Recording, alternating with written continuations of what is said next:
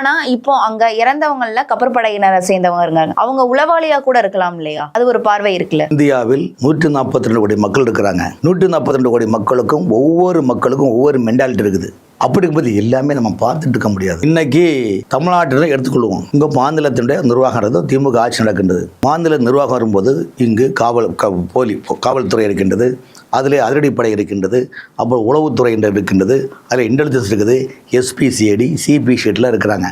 ஆனால் மத்திய அரசு விடுதலை சிபிஐ, இன்டெலிஜென்ஸ் ஐபி, இதே மத்திய அரசுடைய வெளியுறவு உளவுத்துறையிடம் ரா. ஸோ இது எல்லாமே, அதாவது ஒரு சம்பவம் நடக்கின்ற போது தான் இதில் என்ன இருக்குது ஏது இருக்குன்னு பார்க்க முடியும். ஆனால் நீங்கள் அந்த பகல்காம் விவகாரத்தில் பார்த்தீங்கன்னா பெரிய பெரிய விஐபிகள் தான் அந்த இடத்துல போக முடியும். டூரிஸ்ட் காரணம் என்ன, மிகவும் ரெஸ்ட்ரிக்டட் ஏரியா, பாதுகாக்கப்பட்ட ஏரியா, போக முடியாத இடத்துல இவங்க போய் பக்கா பிளான் பண்ணி அவங்க பண்ணியிருக்கிறாங்க. அந்த பாதிக்கப்பட்ட அந்த பெண்களின் மஞ்சளும் குங்குமத்தையும் எப்படி அளித்தார்களோ அதை தான் அந்த ஆப்ஷன் சிந்து ஆப்ரேஷனும் அவங்க வச்சுருக்காங்க.